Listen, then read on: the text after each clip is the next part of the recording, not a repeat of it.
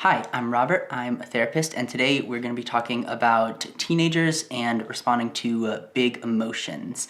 We're going to touch on a number of topics kind of within that, right? Including adolescence and what makes that such a kind of unique developmental period, how that plays out, what that looks like in terms of emotional reactions. And then some ideas for what our responses can look like as someone, a parent or a youth pastor or someone who works with teens of any kind, kind of what our options are in terms of responses to kind of big emotional moments. So to start with, when I use the term adolescence, what are we talking about, right? It's important to note that adolescence doesn't necessarily equal teenage years. Adolescence as kind of a unique developmental period can start as early as 8, somewhere in there, kind of at wherever the onset of puberty is for the individual, and can last through somewhere in the range of 25, kind of depending on how we do that. Now, obviously, that varies person to person based on the individual, but that might be helpful in kind of broadening the scope. If you say, I have an 11-year-old who seems to have these big emotions, things like that.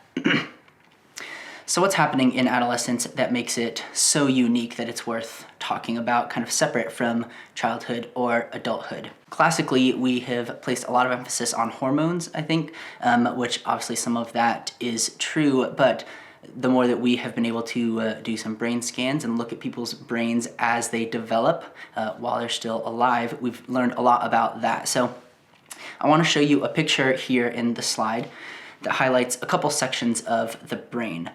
It's important to note that I'm not a neuroscientist and you're not watching this for like a full in-depth neuroscience lesson. So I'm going to talk in super broad stroke kind of way, just to give us some basic foundational information that might be helpful for the rest of what we're going to talk about. So the red part that you see in the picture is the brain stem that's back down in this area. Controls a lot of the subconscious things that your body does for survival, right? Your heart beating, breathing, all that kind of stuff. It has a lot to say about emotional reactions in terms of finding safety. The blue part that's highlighted is the limbic system, which also has a lot to say about our emotional experiences, as well as things like memory, searching for connection, things like that. And then the green part that's highlighted is our frontal lobes, kind of right behind your forehead, including the prefrontal cortex that has the most to say about things that we might call executive function. Things like planning, sorting, evaluating how different options might play out, things like that. So I show you this, right? When the brain first develops, it does so, again, in a really broad sense, from the bottom back kind of around to the top front, right? If you think about a baby turning into a toddler, turning into a child, you can kind of see that play out in terms of all the subconscious survival things happen immediately, and then some of the implicit memory, the emotional reactions, and then eventually we start kind of growing into planning, understanding kind of the progression of things like that. I bring this up because during adolescence, the brain undergoes kind of this massive process of upgrading itself. It does that to become more efficient, to become more equipped for adult life, right, where we're kind of less dependent for our immediate needs on our caregivers, things like that. But this upgrade happens in the same progression as the brain originally formed. So from the bottom back up through the top front. What that means is that the brainstem and the limbic system are upgraded and are more powerful, running kind of with more capacity before the prefrontal cortex, the executive function type things. So if you think about you were fixing up a car and you upgraded the engine and the gas pedal before you upgraded the steering wheel or the brakes, you might get a rough sense of what's happening during adolescence, right? The emotional experiences are happening at a higher capacity than the front part of the brain that kind of has some regulation on those. So that's helpful for us to understand. So when we are looking at a teenager or an adolescent, right, that we can kind of shift our posture from one of kind of the classic judgments of being dramatic or overreacting, and shift that to an understanding of that they are experiencing emotions at a higher level on average based on their capacity to do something with that than your adult self on average, right? So as opposed to they're overreacting or they're being dramatic, those emotional experiences are more intense based on the development of the brain, kind of all around. Now that's a good thing when it comes to enjoyment, pleasure, things like that, right? There's a reason why if I polled everyone watching this and said, when was the best music ever made? You would say, when I was growing up, right? You enjoyed it more. But that also means that emotional experiences like anxiety or social rejection, a lot of social things have a particularly strong response, fear, anger, all of those emotional experiences are also heightened and kind of have more intensity on average than an adult would have. As I've mentioned, I'm not a neuroscientist, so we're gonna move on. But if you wanna learn more about the teenage brain in way more detail, I have a slide that will pop up here with some more book recommendations that go into more depth about that. And there's a link on there to a recommendations page, a resources page on my website that you can find those, so you don't have to like jot them down as fast as you can. So with that groundwork laid, what does that say to us about how we can respond to teenagers' large emotional reactions in helpful ways, right?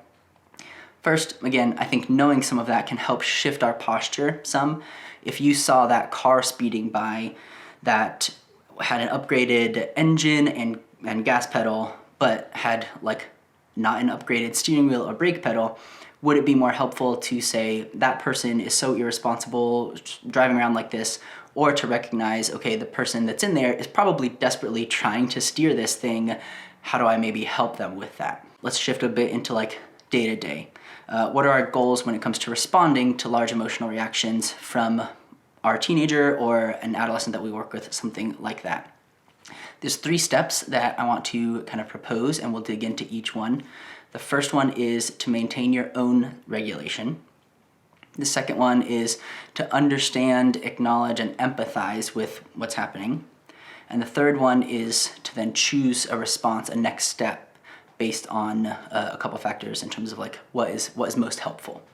So to talk through this, I want to use an example because I think it might be helpful in understanding what I'm talking about. Let's take a 16-year-old girl named Emily. This is made up. I don't know a 16-year-old girl named Emily, but it's a name I chose at random. Emily comes home from school one day, or logs off her virtual school or whatever, and comes into the living room in tears, full breakdown mode, right? Massively upset. You, as the caring person you are, immediately ask, oh my gosh, Emily, what's wrong? She says something like, me and my best friend Alex got into a huge fight, we'll never talk again, I have no friends now, everyone hates me, I need to drop out and switch schools. If we can, we're gonna pause our mental image right there. Step 1 that I mentioned was to maintain your own sense of emotional regulation, right? So what do I mean? In the moment where we paused it, right there, you're sitting on the couch or making dinner or whatever it is you're doing. Emily came in with this whirlwind of emotions. What are you feeling? It's important here to kind of pull apart our internal reaction and our external response in terms of feelings and thoughts, things like that. So in trying to label that, I want to make sure you're staying with emotion words. We're going to stick really basic with I feel blank, right? I feel like I need to help isn't an emotion, it's kind of an emotion and a thought. So we want to stick with I feel blank. Angry, sad, scared, happy, disappointed, frustrated, lonely, rejected, jealous, apathetic, relieved, feeling words, right? Recognizing our own internal emotional experience in that moment can help us to move forward and choose an external response that might be kind of more helpful in terms of like how we're responding, how we move forward, as opposed to kind of a reflexive action based on our internal emotional experience, right? So for example, a lot of us might default to offer Emily some reassurance, right? It's not that bad, it'll be okay, I'm sure she'll get over it, you two have had fights before, we're definitely not switching schools, whatever. It's worth considering whether that is purely because I think this will be the most helpful in this moment, right? If those types of things actually tend to be super helpful. Or if part of that, at least, is based in my discomfort with the amount of emotions unraveling here, and then I need to kind of fix it or help calm her down because I don't like it when she's upset, right? Kind of my own things there. Those can both be true. I can both genuinely be wanting to help and be kind of acting out of just reflexive, I need to help calm this down. but it's worth checking in. Another good example might be if Emily came bursting into the room in anger instead, right? She busts in yelling, this is all your fault because you made me stay virtual when everyone else was going back, and now I never see my friends and my whole life is ruined. You're the worst parent ever and I hate you. What do you feel in that moment? Anger, hurt, frustration, sadness, right? By paying attention to those things, kind of our internal experience, and slowing down for long enough to pay attention to those, we can acknowledge them, potentially offer a chance for some of the initial spike of that to pass, and we can choose a response, again, instead of just do whatever I've always done, right? You said that mean thing, I got angry, I yelled back, right? Is that the most helpful response, or is that kind of just like a reflex based on my internal reaction?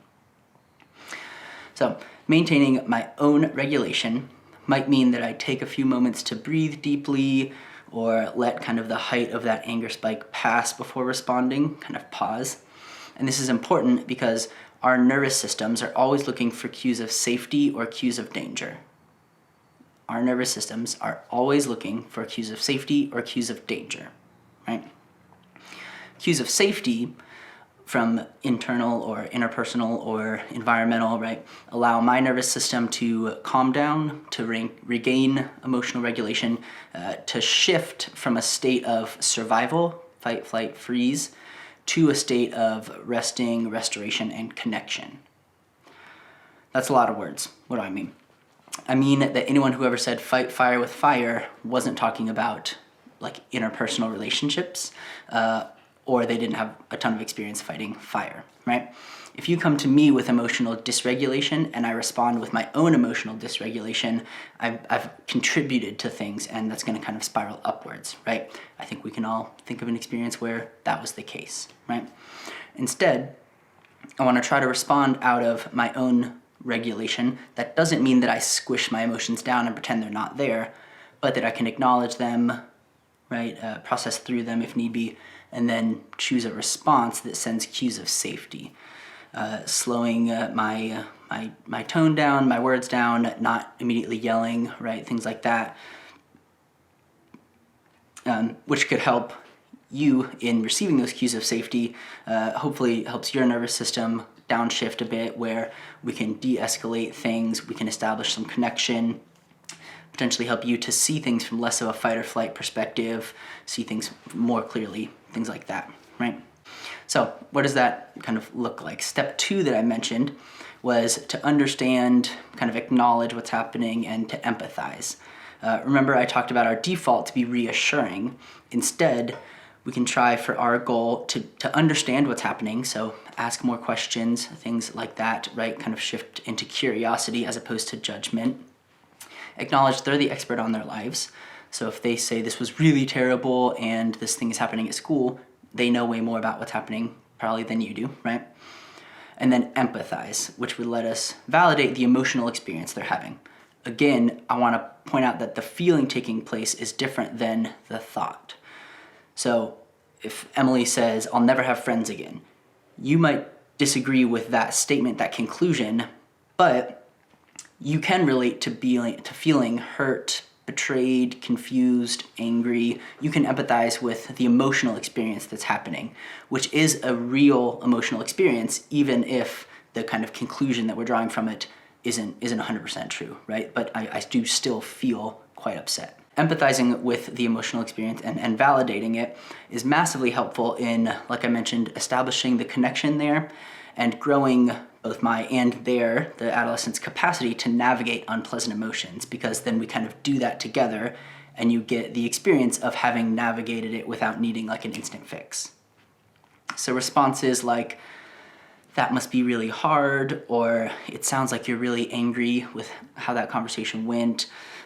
It really hurts to fight with your friends. I get that, right? Things like that that kind of come alongside and validate and empathize with the emotional experience. As much as we want to correct the statement, I'll never have friends again, in an effort to be reassuring, they probably won't actually think that statement is true once they've calmed down anyway, right? So if we can think of kind of a storm blowing through, and once the storm has kind of blown through, they kind of regain, and this is true of all of us, we kind of regain a sense of what is kind of real and true here, right? But amidst that kind of emotional storm, we're kind of less aware of that, right? This is why you get in a fight, you yell something, and an hour later you think, oh, why did I possibly say that? That was not helpful, that's terrible, I didn't mean that, right? But in that moment, we didn't have quite a clear perspective. This step can contain a lot of listening and trying to understand their emotional experience, and especially if this isn't something you do a lot of, you might not get it right, and that's totally okay, right? If you say, it sounds like you're really angry, and the response is, actually, I'm really scared that I lost my best friend. That's great, that's okay, right? That means, okay, we're establishing this connection, I've shown that I expressed interest in it, in understanding, and you felt okay to like correct me and say, actually, it's this thing, right? The goal isn't to be right, the goal is to understand more of what's happening. And then the last step, the third step there that I talked about, is to choose a next step, a next course of action, whatever, based on what's going to be the most helpful towards our short-term and long-term goals. If we get in a screaming match and by the end of it I say, you're grounded for 6 months and I'm pulling you off the lacrosse team and you can never leave again, that's probably not actually the super helpful next response in terms of what we're trying to accomplish with our lives. Me as a parent or you as a teenager, right? Maybe that doesn't actually end up kind of moving towards those goals of raising you to be an independent human being who understands boundaries and knows how to navigate conflict, whatever, right? In our example with Emily, once I've empathized and listened and she's had a chance for some of that storm to pass, which I have helped with by offering kind of a calm, safe listening ear, she might come to the conclusion herself that it's worth calling her best friend and apologizing or being apologized to or, kind of reconnecting. She might recognize, oh, actually, I do have some other friends, it's okay, right? Those types of things. That's probably more helpful for the long-term goal of Emily becoming someone who can navigate social relationships in a healthy way than if in the moment I'm so determined to fix it that I try to get you to calm down and then I call Alex, the best friend's mom, to see what happened and try and figure things out for her or anything like that, right?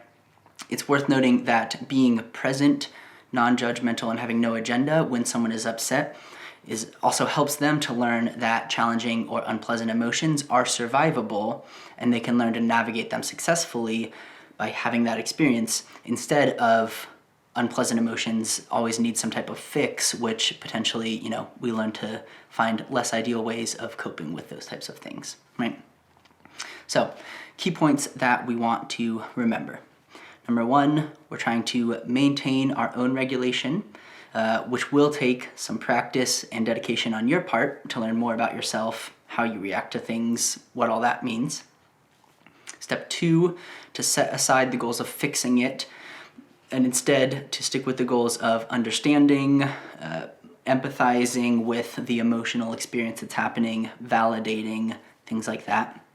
And then step three, to choose a next step based on safety or priorities, what will actually be helpful in moving towards our short-term and long-term goals. If you enjoyed our time together or found it helpful, want to learn more, I'll point to some more books on a slide here that might be helpful, and again to that resources page on my website that you can find all of those and more. Thank you so much for hanging out and spending your time here with us. I hope it was helpful.